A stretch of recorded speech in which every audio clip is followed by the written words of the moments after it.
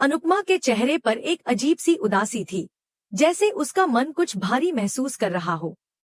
वह ट्रेन की खिड़की से बाहर देख रही थी, जहां तेजी से भागते पेड़ और खेत उसकी उलझनों को और गहरा कर रहे थे। उसकी आंखों में राही की कहीं कड़वी बातें तैर रही थी, हर शब्द उसके दिल पर जैसे घाव कर रहा हो। राही ने कहा था कि वह अब कभी अपनी मां को स्वीकार नहीं कर सकती, और यह बात अनुपमा के दिल को तोड़ गई थी। थक हार कर वह ट्रेन की सीट पर सिर टिका कर सो गई, लेकिन चैन की वह नींद भी अधूरी रह गई जब उसकी आंख अचानक एक डरावनी चीख से खुली। उसने देखा कि पूरा डिब्बा खाली था और सामने एक अजनबी औरत खड़ी थी। वह औरत चिल्ला रही थी, मेरे बेटे को मारकर तू कहाँ भाग रही है? अनुपमा घबरा गई और जैसे ही वह वहां से निकलने लगी, उस औरत ने उसका हाथ पकड़ लिया। वह औरत उसे खींचते हुए कह रही थी, तू ही आर्यन की कातिल है, तूने मेरा बेटा मुझसे छीन लिया। उस औरत का चेहरा धीरे धीरे ख्याति में बदलता दिखा और अनुपमा की सांसें जैसे थम गईं। ख्याति की आंखों में गुस्से की आग थी। वह श्राप देती है, जैसे तूने मेरा बेटा छीना है, वैसे ही तेरी बेटी भी तुझसे छिन जाएगी, तू कभी खुश नहीं रह पाएगी। ये सुनते ही अनुपमा बुरी तरह कांपने लगी और खुद को छुड़ाकर ट्रेन से कूद गई। जमीन पर गिरते ही उसकी आंखें खुल गईं और उसे एहसास हुआ कि वह सपना देख रही थी, लेकिन उस सपने की डरावनी छाया उसके चेहरे से अभी भी हट नहीं रही थी। उसी समय दूसरी ओर प्रेम और राही एक पार्क में बैठे थे। प्रेम ने धीरे से राही का हाथ पकड़ा और पूछा, क्या तुम सच में मुंबई नहीं आना चाहती? आज तुम्हारा जन्मदिन है, हम कुछ अच्छा समय बिता सकते हैं। राही ने नजरें झुका लीं और बोली, मुंबई की हवा में अब घुटन लगती है प्रेम, मेरा मन बहुत बेचैन हो जाता है। प्रेम को उसकी बातों में दर्द महसूस हुआ। उसने उसे गले से लगा लिया और कहा, अगर तुम नहीं आना चाहती तो हम कभी नहीं आएंगे। तुम्हारी खुशी मेरे लिए सबसे जरूरी है। राही बस चुप रही, लेकिन प्रेम के मन में सवाल घूम रहा था, क्या ऐसा तो नहीं जब मैं फोन पर बिजी था, किसी ने उसे कुछ कहा हो? क्या ख्याति या मोटी बा ने फिर कोई बात छेड़ी? शाह हाउस में दूसरी तरफ माहौल तनातनी से भरा था। लीला ने प्रार्थना से सवाल किया, डॉक्टर ने क्या कहा? प्रार्थना घबरा गई, लेकिन किंजल तुरंत बीच में बोली, कुछ खास नहीं, एसिडिटी है। बहुत कॉफी पीने से ऐसा हुआ। लीला ने नाराज होते हुए कहा, अगर तू हमारे घर में रह रही है तो इसका मतलब ये नहीं कि हम तेरी तबीयत का ख्याल रखेंगे। तुझे अपनी सेहत का खुद ध्यान रखना होगा। अगर तुझे कुछ हो गया तो कोठारी परिवार हमारा गला पकड़ लेगा। वह गुस्से में प्रार्थना से कहती है कि अब समय आ गया है कि वह घर शिफ्ट कर ले। अंश ये सब सुन रहा होता है और अंदर से बेचैन हो जाता है।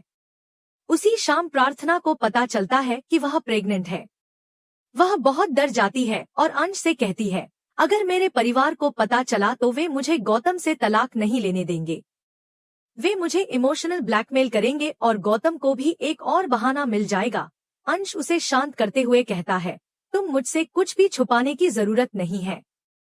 डॉक्टर मेरी पहचान की थी और मुझे सब पता चल गया है। मैं तुम्हारे साथ हूँ। यह बात हमारे बीच रहेगी। उधर अनुपमा अब अनुज के साथ बैठी होती है और प्रेम और राही की एक फोटो को देख रही होती है। वह कहती है, आज मैं अपनी बेटी से मिली और भले ही वह मुझसे नाराज है, लेकिन उसकी जिंदगी में प्रेम जैसा साथी है जो उसका साथ निभा रहा है। मुझे सुकून है कि वह अपने ससुराल में खुश है। अनुज उसकी आंखों में उदासी पढ़ लेता है, लेकिन कुछ नहीं कहता। तभी भारती वहां आती है और पूछती है, तुम मनोहर जी से मिलने क्यों नहीं गई? अनुपमा सिर झुकाकर कहती है, मैं खुद को दोष देती हूँ। वह मेरी दोस्त थी और मैंने ही उसकी बातों को गलत समझा। अब मुझे उससे माफी मांगनी होगी, लेकिन वह अब यहाँ काम नहीं कर पाएगी। भारती उसे शांत करती है और कहती है कि उसे माफ कर देना चाहिए और खुद को दोषी नहीं मानना चाहिए। अनुपमा मुस्कुराकर कहती है, आज कुछ अच्छा हुआ है, तो चलो मैं तुम्हारे लिए चाय बना देती हूँ। इस सब के बीच प्रेम और राही के रिश्ते में मजबूती आती जा रही थी। राही के अंदर जो डर और उलझने थी, वह प्रेम की ममता भरी बातों से थोड़ी हल्की हो जाती है। वहीं अनुपमा की आंखों में अपनी बेटी के लिए गर्व और दर्द दोनों होते हैं। वह जानती है कि माँ बेटी का रिश्ता समय के साथ शायद फिर से जुड़ पाए, लेकिन अभी उसे सब्र रखना होगा। वह भगवान से दुआ करती है कि उसके बच्चों की जिंदगी खुशियों से भरी हो और अगर किसी के हिस्से में दुख लिखा हो तो वह दुख उसकी किस्मत में लिख दिए जाएं। अब जब प्रार्थना के जीवन में एक नया मोड़ आ चुका है, अंश उसके साथ खड़ा है, लेकिन आगे की राह आसान नहीं होगी। वहीं अनुपमा के जीवन में ख्याति के उस डरावने स्वप्न ने एक और डर बैठा दिया है। क्या उसका अतीत वाकई उसकी बेटी को उससे दूर कर देगा? और क्या ख्याति की आत्मा अब भी उसकी खुशियों का पीछा कर रही है? यह वक्त बताएगा। राही जब पराग से बात करती है तो उसके चेहरे पर थोड़ी चिंता होती है, लेकिन वह उसे भरोसा दिलाते हुए कहती है कि वह अपनी सेहत का ख्याल रखे। पराग उसे बताता है कि मनोहर जी जल्द ही अहमदाबाद आ रहे हैं और वह चाहे तो वहीं उनसे मिल सकती है। यह सुनकर प्रेम के चेहरे पर मुस्कान फैल जाती है और वह कहता है, लगता है तुम्हारे सपने तुम्हारे पीछे चलकर आ रहे हैं। अगली सुबह भारती और जसप्रीत अपनी एक पुरानी दोस्त के साथ वट सावित्री व्रत की चर्चा कर रही होती हैं। जसप्रीत इन व्रतों के पक्ष में नहीं होती। वह कहती है कि इन परंपराओं से पुरुषों को ज्यादा अहमियत देना सही नहीं लगता। उसी बीच उनकी दोस्त उनसे कहती है कि वह साड़ी पहनाने में मदद करें। भारती तुरंत अनुपमा की तरफ देखती है और उससे आग्रह करती है कि क्या वह मदद करेगी। अनुपमा मुस्कुराकर सहमति दे देती है। इस दौरान प्रेम और राही कुछ खास पल साथ बिता रहे होते हैं।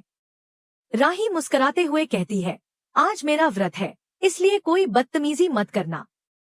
आज तुम्हें 7 जन्मों तक मेरा साथ निभाने का व्रत लेना है। प्रेम मजाक में कहता है, पहले मुझसे पूछ लो, मुझे 7 जन्मों तक साथ रहना है या नहीं। राही भी हंसकर कहती है, ठीक है, फिर सिर्फ इस जन्म के लिए मांग लूंगी। प्रेम हैरान हो जाता है और कहता है, एक जन्म में ही बोर हो गई क्या? राही प्यार से कहती है, पहले तुम फैसला तो करो कि तुम क्या चाहते हो। प्रेम उसकी आंखों में झांकते हुए कहता है, मुझे हर जन्म में सिर्फ तुम ही चाहिए। दोनों गले लगते हैं और एक दूसरे की मौजूदगी का सुकून महसूस करते हैं। परंतु राही जब माही और आर्यन की तस्वीर देखती है तो उसका दिल भर आता है। वह सोचती है कि माही उसे सुहागन के रूप में देखकर दुखी होगी और यह सब मम्मी की वजह से हो रहा है, जिससे उनके त्योहार की खुशियां भी फीकी पड़ गई हैं। उधर अनुपमा भगवान से प्रार्थना करती है कि उसके परिवार में फिर से खुशियां लौट आएं। वह कहती है, माही के लिए आर्यन के बिना जीना बहुत कठिन है। कृपया उसकी जिंदगी में कोई ऐसा व्यक्ति भेजिए जो उसे फिर से मुस्कुराना सिखा दे। दूसरी ओर परी और राही व्रत की तैयारियों में बात कर रही होती है। परी पूछती है कि वे लोग मुंबई से इतनी जल्दी कैसे लौट आए। राही को अनुपमा की याद आ जाती है, लेकिन वह बात को घुमाकर टाल देती है। थोड़ी ही देर बाद वे माही की उदासी के बारे में सोचने लगती हैं। राही कहती है, हम सब सज-धज कर व्रत रखेंगे और माही वहां अकेली रोएगी। गुस्से में आकर राही कह देती है कि उसने अनुपमा से मुलाकात की थी। परी चौंक कर पूछती है, आप अनुपमा से कब और कहाँ मिली थी? क्या प्रेम को इस बारे में पता है? राही गुस्से में कहती है, मुझे उस औरत के बारे में कोई बात नहीं करनी है, और वह वहां से उठकर चली जाती है। शाह हाउस में सभी व्रत की तैयारियों में जुटे होते हैं।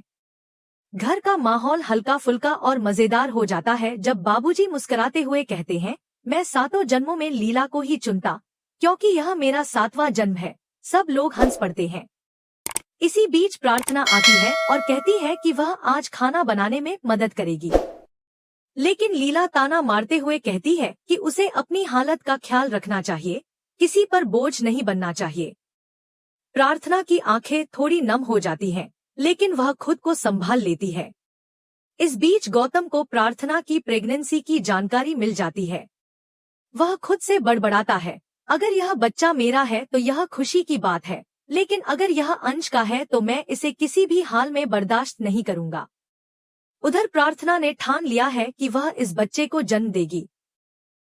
अंश उसका हाथ पकड़कर कहता है, मैं तुम्हारे साथ हूँ, तुम्हें डरने की कोई जरूरत नहीं है, मैं तुम्हें और तुम्हारे बच्चे को अपनाऊंगा। प्रार्थना भावुक हो जाती है और कहती है, काश आज अनु आंटी होती तो मुझे कुछ कहने की जरूरत नहीं पड़ती, वह सब समझ जाती। जहां भी होंगी दूसरों की जिंदगी में खुशियां भर रही होंगी। दूसरी तरफ अनुपमा भारती की दोस्त को साड़ी पहनाती है। वह महिला अनुपमा का धन्यवाद करती है और कहती है, आपकी बेटियां होती तो वे बहुत किस्मत वाली होती। यह सुनकर अनुपमा का दिल भर आता है और उसकी आंखें नम हो जाती हैं। भारती अपनी दोस्त को लेकर चली जाती है। जैसे ही वह जाती है, अनुपमा को माही और राही दिखती हैं, लेकिन यह हकीकत नहीं होती। यह सपना होता है जिसमें माही उस पर गुस्सा करती है और उसे आर्यन की मौत का दोषी ठहराती है। राही भी कहती है, आप मां कहने के लायक नहीं है। अनुपमा इस भयावह सपने से चौंक कर उठती है और गहरी सांसें लेने लगती है। वह भगवान से फिर प्रार्थना करती है कि उसकी बेटियों की जिंदगी खुशियों से भर दी जाए। उसका मन बार बार यह सोचकर विचलित हो रहा था कि क्या वह वाकई एक अच्छी मां बन पाई है या नहीं। तभी एपिसोड खत्म होता है, लेकिन अंत में एक नई मुसीबत की झलक दिखाई जाती है। अगले दिन मकान मालिक अनुपमा के पास आता है और कहता है कि अब किराया 2 गुना होगा। जसप्रीत गुस्से में आकर कहती है, या तो किराया दो या फिर घर खाली करो। यह सुनकर अनुपमा तय करती है कि अब और नहीं, अब वह चुप नहीं रहेगी। वह मनोहर जी से मिलने का फैसला करती है ताकि वह उनके साथ काम कर सके और अपनी आर्थिक स्थिति मजबूत बना सके। वह साहस जुटाकर उनके पास जाती है। क्या अनुपमा को फिर से नया रास्ता मिलेगा? यह जानने के लिए अगले एपिसोड का इंतजार करना होगा।